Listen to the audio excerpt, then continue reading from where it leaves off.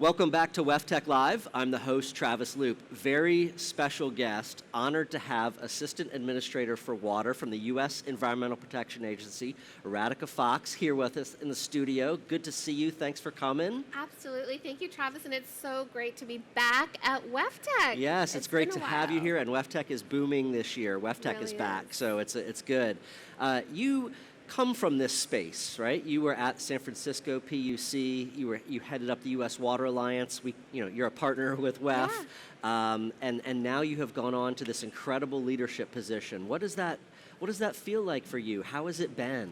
Yeah, it's honestly, I think you've heard me say, Travis, this is water's moment. So it is so exciting. I feel actually so honored to take all of the experiences and the community that I built first working at a water utility and then at the U.S. Water Alliance, and to bring that to the Environmental Protection Agency. I think one thing that I'm just really excited and proud about is to try to take the perspective of a local water utility that, that many of the policy decisions, the investment decisions, the regulatory decisions that we make, we want to make sure they're durable. We want to make sure that they're implemented well. And I think having that local utility experience, and then having the experience at the U.S. Water Alliance, partnering with organizations like WEF, I carry all of that each and every day into the decisions I'm making at the EPA. So valuable to have that perspective from that side that you impact with your decisions at EPA. Yeah. All right, so some of the biggest news that's happened during your tenure is Congress passed the Infrastructure Investment and Jobs Act, $50 billion-ish for water, historic funding. Could you talk a little bit about what that means from your perspective, and then how that funding is going to get out to the utilities and others that need to use it on the ground? Yeah, absolutely. I mean, I think before answering that question, first I just want to actually acknowledge the tremendous work of organizations like WEF and the U.S. Water Alliance and all of the trade organizations who have worked really hard for really decades calling for this investment, whether it's the Water is Worth It campaign, the Value of Water campaign. We have tried so hard to make sure that this infrastructure, right, water infrastructure, which is so usually out of sight, out of mind, is more in the forefront when Congress is making decisions about investment. And so I just want to say the fact that we won $50 billion for water was because of that work. It was because we were trying to really speak with one voice on the value of water. And so we've been working very hard over the last year primarily with our state and tribal partners to make sure to get these resources out. What's good about the water investment is a lot of it is going through some of the existing programs that water utilities around the country utilize, such as the State Revolving Loan Fund program. So really what we've been focused on is making sure that we're not just putting resources into the programs in the same usual ways, but we're really taking an eye towards the other sort of one water goals we have. How do we make sure we make these investments in a way that's climate resilient? How do we do it in a way that is really ensuring that disadvantaged communities and the utilities that serve disadvantaged communities are accessing these funds? So it's actually going pretty well. We have about over 30 states already have their first year of funding, and they're starting to get those checks out the door to local water systems in their state. So it's an incredible time in water. Yeah, it absolutely is. Something also that is I think this moment is around environmental justice, water equity, affordability. These are really important topics that have risen to the front of the list. Yeah. What is the Office of Water doing on that front? What's your approach on that front, and maybe even the intersection of those issues with the funding? Right. Well, so for us, water equity is about making sure that the choices that we're making at EPA, whether it's where our funding and financing programs are investing, whether it's how we are thinking about our regulatory rulemaking and the impacts on on various communities, to make sure that all of the things that we do benefit every person in this country, regardless of the color of their skin, how much money they have in their pocket, or what their zip code is. So that's really what water equity and environmental justice is about for us.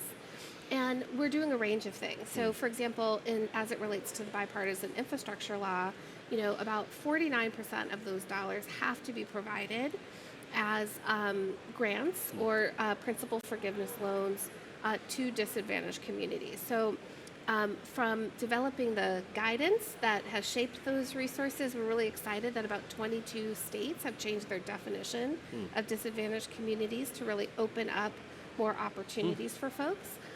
We're providing an unprecedented amount of technical assistance to smaller systems, to rural systems, to distressed urban systems, so that they really can have a fair shot at accessing those funds. So those are some of the ways that we're really thinking about equity and environmental justice.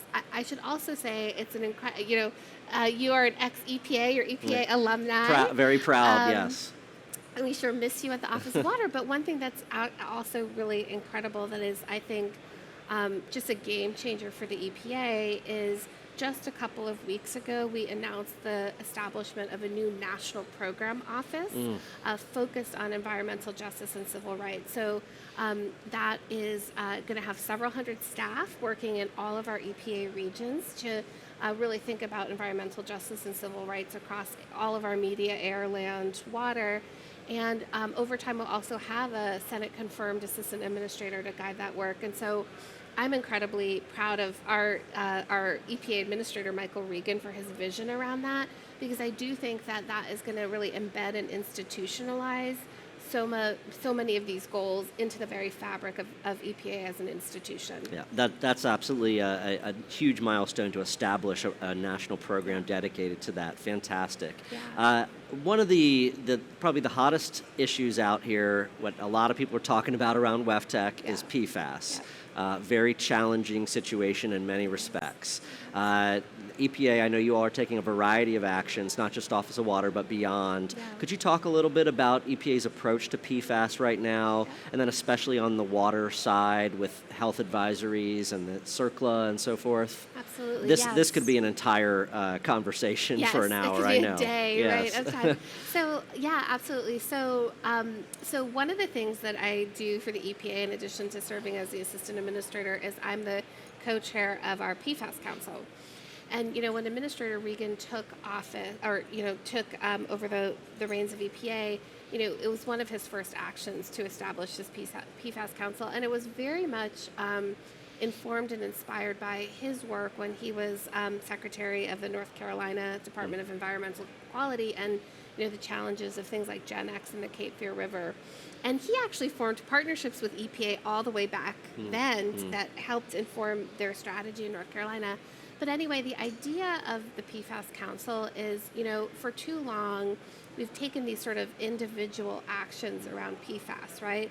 But if we're really going to make progress on tackling PFAS, which is such a complicated chemical, and the way it transmits from air to land to water and back again is really quite complex, right? Probably like something we've never seen before. And so what we did through the PFAS Council is for the first time really establish an overall approach to how we would tackle this issue. Because if the air office looked at it separately from land and emergency management, separately from water, we wouldn't be able to make the gains. So our focus now is on three things: research, restrict, and remediate. We know that there's still a lot we have to learn about PFAS, how it affects human health, how it affects the environment. So we are really investing in building the scientific foundation, the research, and really grounding that in research. Then we really are focusing on restrict, right? We know that the best way to keep people safe and our environment safe is to make sure that PFAS never enter the environment in the first place. So we need to really restrict how they get into our air, land, and water. And then finally, we have to remediate, right? We know that there are too many communities that suffer from PFAS contamination, and we have to really accelerate that. So that's our focus: research, restrict, remediate. Within the Office of Water, the health advisories came out earlier this summer, and they, I think, basically share the latest science that we know about for PFAS compounds, as well as what a lot of the test methods and treatment techniques are. I'm proud to say that we just last week transmitted our proposed drinking water rule for PFAS to OMB, and we're really on track to release that rule by the end of the year. I think what the water community can expect with that is that we'll both be establishing an MCLG, a maximum contaminant level goal for PFAS, and then also what the enforceable standard which will be. And it is very much grounded in science, in the law, and we started talking about local water utilities, Sure. Really brought the perspective of implementation as we developed that rule, and excited for it to be proposed soon. On CERCLA, I want to actually thank and appreciate many of the water utilities and the water associations, because even though that's not a rule that is promulgated by the Office of Water, we really heard the perspectives and the concerns that utilities had around that. And so we've been really working closely with the Office of Land and Emergency Management to really, I think, protect the interests of water agencies in the context of that rulemaking. Fantastic. Very, very good information on PFAS. Yeah. Thank you. Yeah. One of the other topics that's on the mind of a lot of people here at WEFTEC and at a lot of water utilities around the country is biosolids. And the ability to continue the beneficial use of biosolids. There's questions and concerns about what's in biosolids, the intersection with PFAS and all that. What's going on at the Office of Water when it comes to biosolids? What are you looking at, and what's kind of on your plate there? Yeah. Well, I will certainly say that the issue of biosolids and PFAS is an absolute frontier issue. For the water industry. That's a very good way to put it. It is a frontier issue, and it's, I think we have to frankly acknowledge there's a lot that we don't know as an industry about it, right? I think that, for us at the Office of Water, we recognize that biosolids and making sure that utilities can preserve, their three primary ways to address biosolids, including land application, are essential to this country. They're essential for effective utility management. So we need to figure out a path forward that allows and encourages the ongoing use of all three modes of addressing, whether it's incineration, land application, et cetera, for the water utility. And we have to do it in a way that is also protective of public health. So one of the things that we're doing right now is, typically in the whole sort of biosolids regulatory development process, we start with a risk assessment. So we're in the process of doing that, and that will kind of inform future actions. But what we also know is that states are moving on this issue of biosolids, the legislation in Maine, but then we also have the, sort of Michigan approach, which is much more about adaptive management. And so one of the things that we are planning to do in the coming months is working with our association partners to really think about what we as an industry can do together, even as that regulation is being developed. And so really look forward to working with, WEF on that, with NACWA, have initiated discussions with ECOS, which is this environmental, Council of Environmental Secretaries, but also NASTWA, which is the Association of the State Agricultural Commissioners, because what we're actually seeing is the ag community also having a lot of questions. And so I think kind of bringing the water utilities and the ag sector together on kind of, consensus solutions is going to be really important. Yeah, absolutely. With the last minute we have here, we had a Waterside chat about the Clean Water Act 50th. You like to ask people what their favorite body of water is. Yes. You said what yours is. I want you to just share that and why it is your favorite. So what's your favorite body of water and why? Only if you share first.